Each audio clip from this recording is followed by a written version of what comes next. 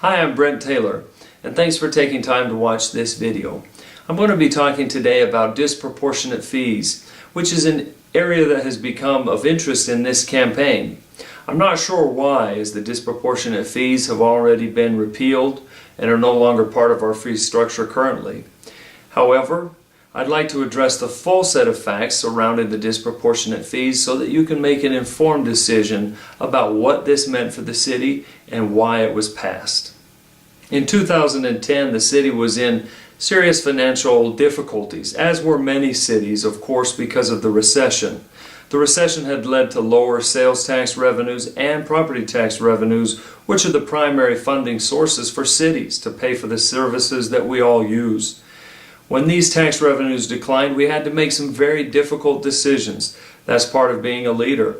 We had to make some serious cuts, including to even essential services like police and roads. When this happened, the city staff proposed that we take a look at disproportionate fees, which was a relatively new piece of legislation that the Utah State Legislature had passed.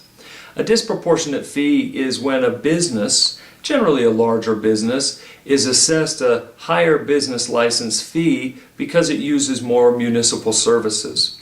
An easy example would be a retail store that might have a higher police call volume for shoplifting than, say, of course, a small dental office.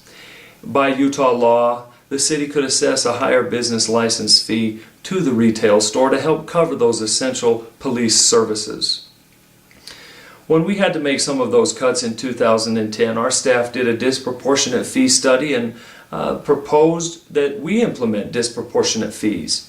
The study had disproportionate fees recommended as high as $10,000 for our grocery stores. I worked with others on the city council and in the business community to make a compromise solution that would institute a much lower business disproportionate fee, but still provide some very needed and sincerely important revenues for our police department. And that's what was ultimately passed, and I did support it. I'd like to keep the disproportionate fees in context as well. Some have mistakenly said that this created an unfriendly environment or disadvantaged North Ogden versus other cities for attracting businesses. This is simply not true when you look at the facts.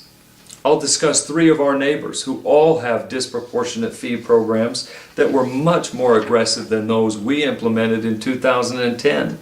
Let's start with Harrisville. Our neighbor to the south is only a sixth of our population size, but has more businesses and produces more sales tax than North Ogden. They're wildly successful with businesses, yet they have a very aggressive disproportionate fee program. For example, a big box retailer's disproportionate fee is $61,853. That can be reduced to $24,000 if they have on-site security.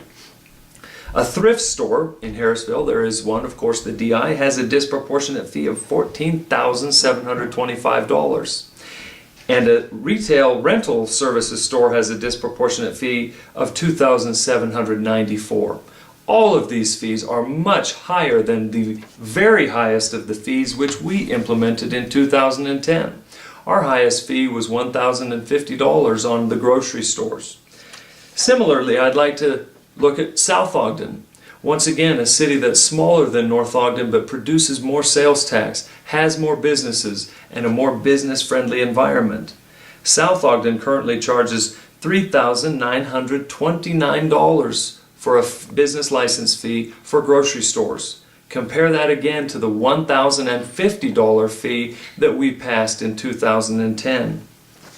Likewise, another one of our neighbors that's extremely successful in business is Ogden itself, and they also have a variable and disproportionate fee licensing program. They also charge a $7 per employee fee, which we've never had in North Ogden. A grocery store, for example, in Ogden with, let's say, 150 or so employees, and the disproportionate fee on top of that would be paying upwards of something around $1,500 for their license, once again, higher than the fee that we passed. In conclusion on the disproportionate fees, I think our 2010 decision was the right decision in the context of the economic circumstances at that time. And our interest in finding a compromise that didn't pass the entire burden for funding essential services onto residents or onto businesses. It was a fair compromise to everyone involved, and also was fiscally responsible because we took the steps necessary to pay our bills and to not take those funds out of other areas or even out of our savings.